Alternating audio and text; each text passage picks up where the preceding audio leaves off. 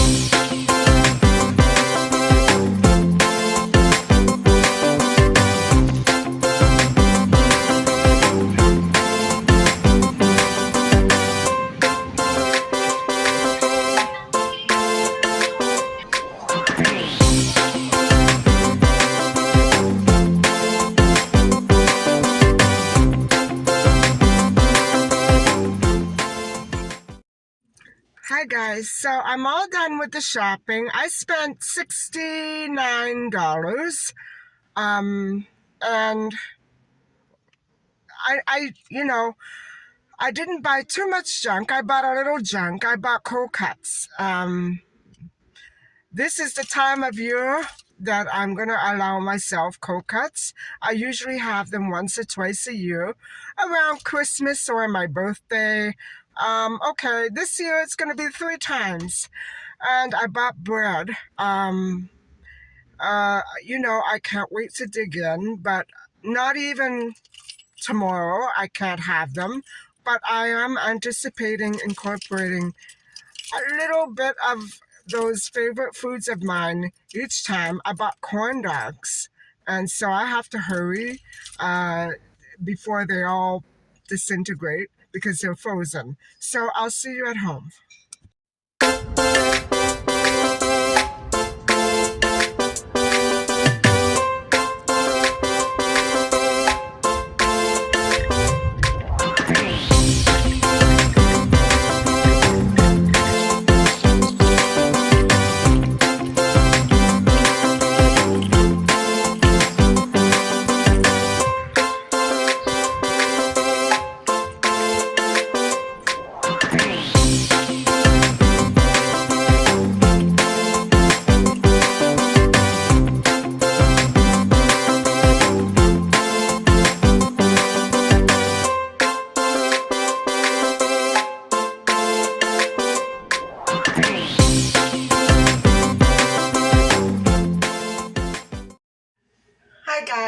so I'm home, and if you can see behind me, I have that haul, which cost me around $70. And I'm going to just flip the view and let you have a look at what I got. And then I'm going to go wash my hair and clean up a little. And I don't know after that what I'm going to be telling you. Anyway, hold on and I'll switch the view. So, I didn't go too crazy on the junk food. I did buy chips. That I will give you. And I did buy my corn dogs. There they are, right there. And I bought some more pasta sheets and a little tomatoes so I can probably make a sauce in a week or so. A nice red tomato sauce. Yes, I bought cold cuts. And yes, I cannot stay away from cold cuts. However, I only make a point of eating them once or twice a year, and I've been doing okay by that rule.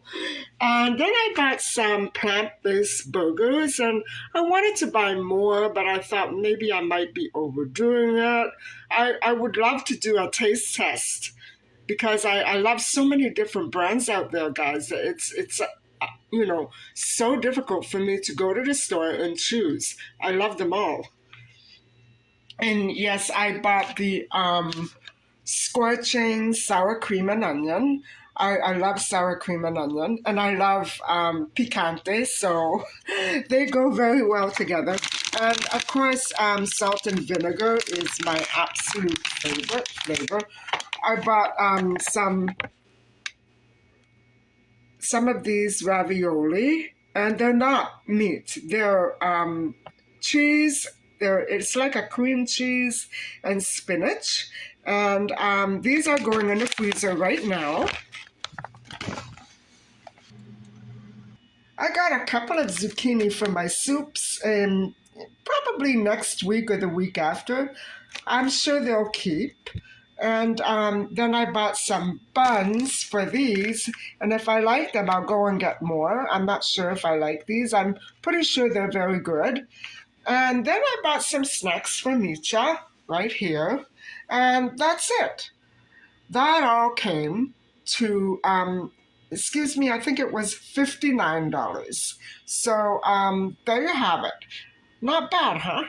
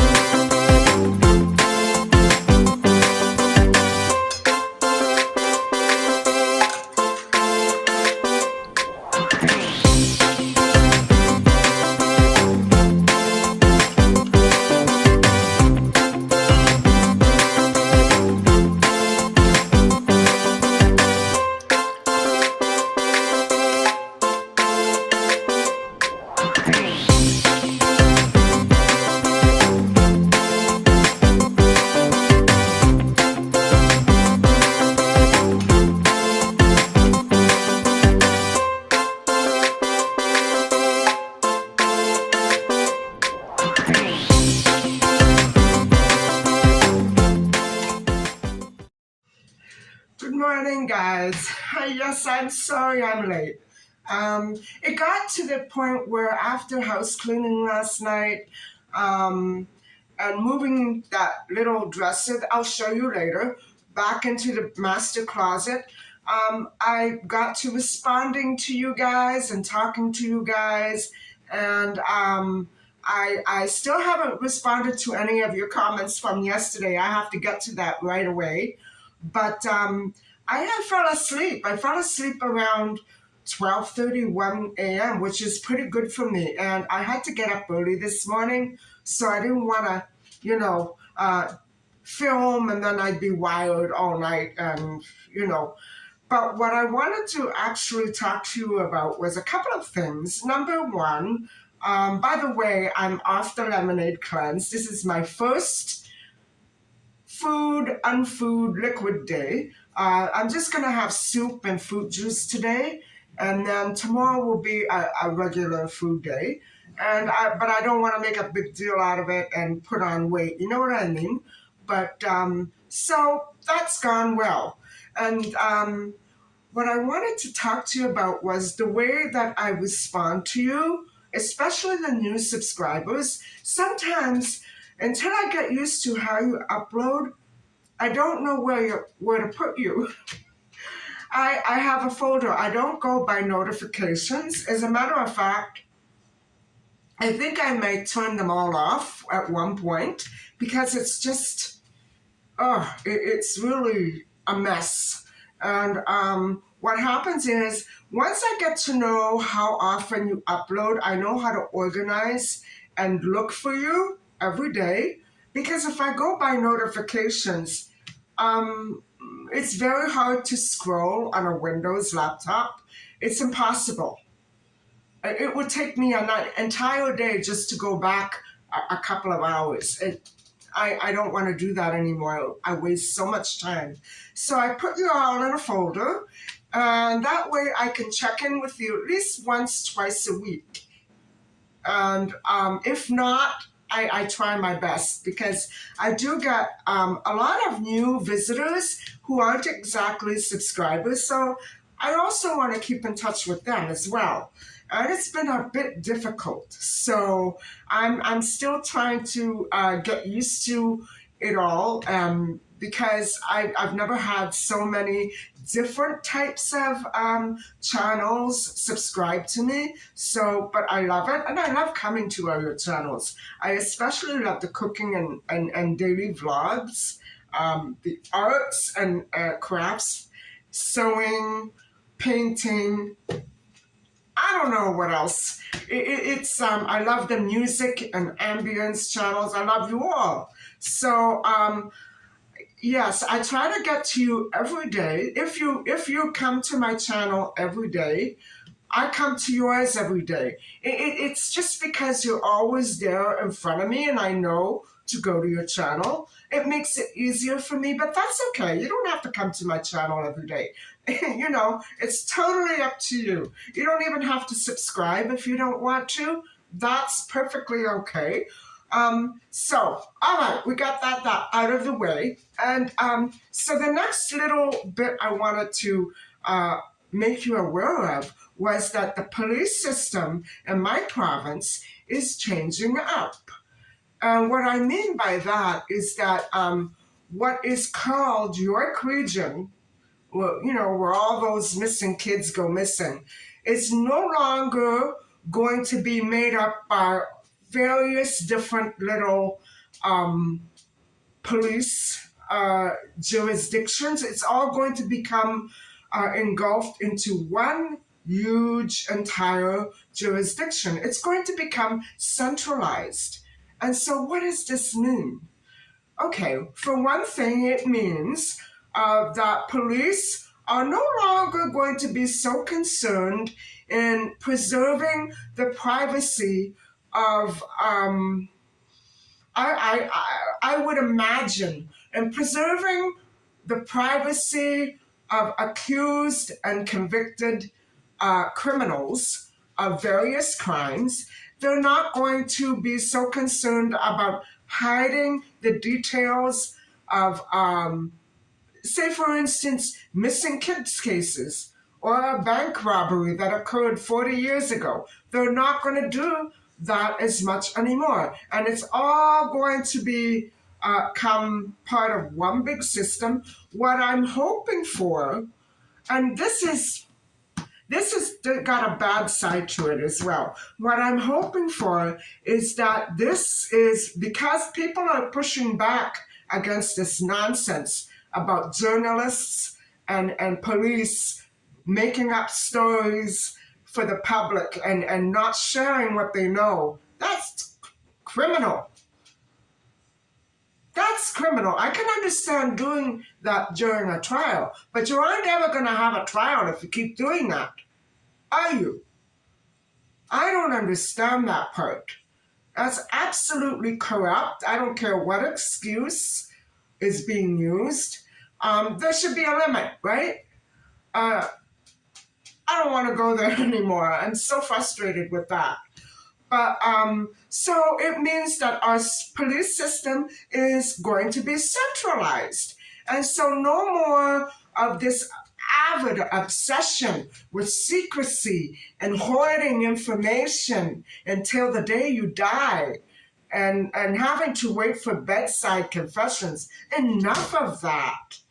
If a crime has been committed, especially a horrific and heinous crime, against a little child, you don't want it to be preserved and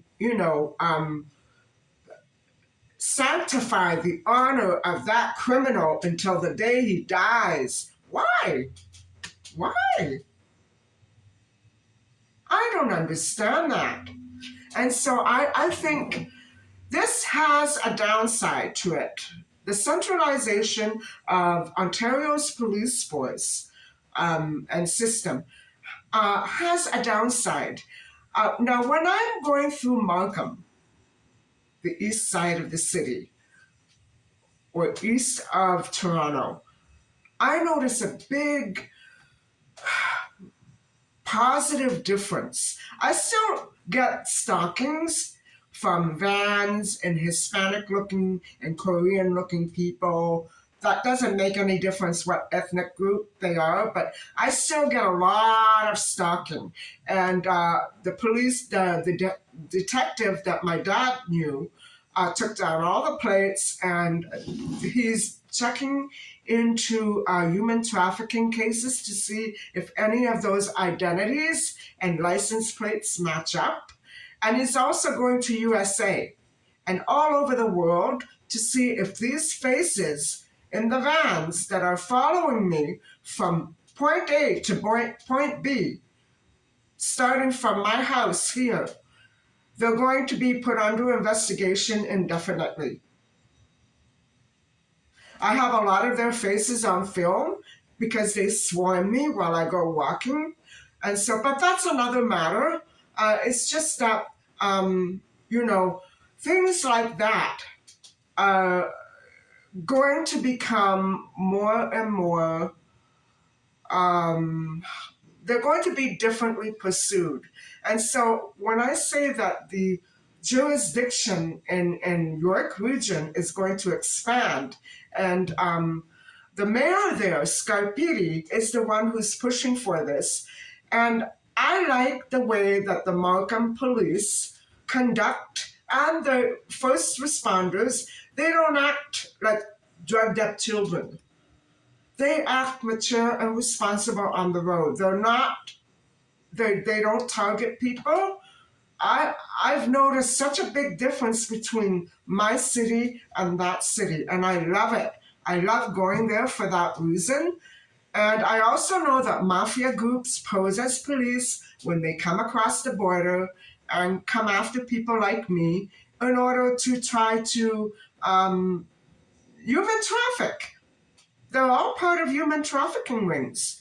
There's no other solution, guys. When a mafia group comes to the bank with me on a daily basis and they're constantly being photographed by my detective, chances are they're going to get put behind bars sooner or later because my detective is going to actually link them to other crimes. If they're doing it to me, they're doing it to other people. So they will very quickly now get linked to other crimes. And my detective also says that this is the best way, even though there are privacy concerns, because innocent people may be set up with their DNA being taken without their permission or knowledge and framed for crimes that they did not commit.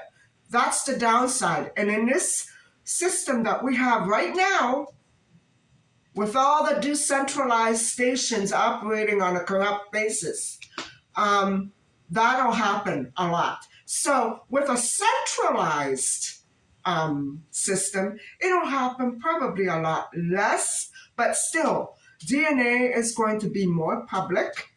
And so that may not be such a great thing, but it'll make people like Julia Wendell much more confident when they go out seeking for lost relatives or lost parents. You know, missing children will be able to link up with their long lost sisters and brothers much quicker than ever was before. And I know that people like Celine Evier, Melanie's mother, is pushing for this. I too, even though I am aware of the downside of these things, I'm pushing for it. So I hope that you guys enjoyed this discussion, and I hope that you enjoyed coming shopping with me yesterday. And so thank you for watching, and please do not forget to like and subscribe. Let me know what you think below if you know or think of anything. So I'll see you soon. Bye-bye.